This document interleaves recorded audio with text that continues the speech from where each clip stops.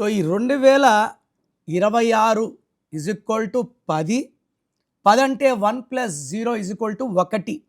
1 సూర్యభగవానుడు దీవెనల వల్ల ఈ 2026లో పుట్టిన వాళ్ళకి నీతి, నిజాయితీ, క్రమశిక్షణ, పట్టుదల, ఆత్మాభిమానం పుష్కలంగా ఉంటాయి.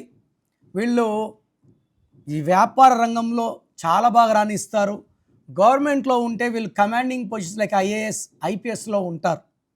సో 2026లో పుట్టిన వాళ్ళకి 2 నంబర్లు వ్యతిరేకం.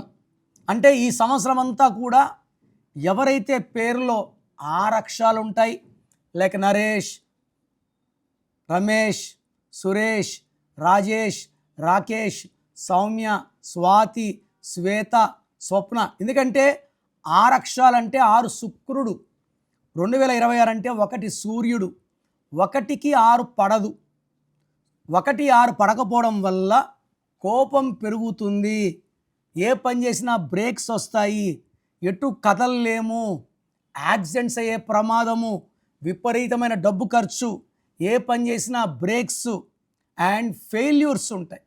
సో మీ పేరులో 6 అక్షరాలు ఉంటే లేట్ చేయకుండా మీ పేరుని చెక్ చేసుకొని, మీ పేరులో రాంగ్ నంబర్స్ ఉంటే లేట్ చేయకుండా take my appointment as early as possible.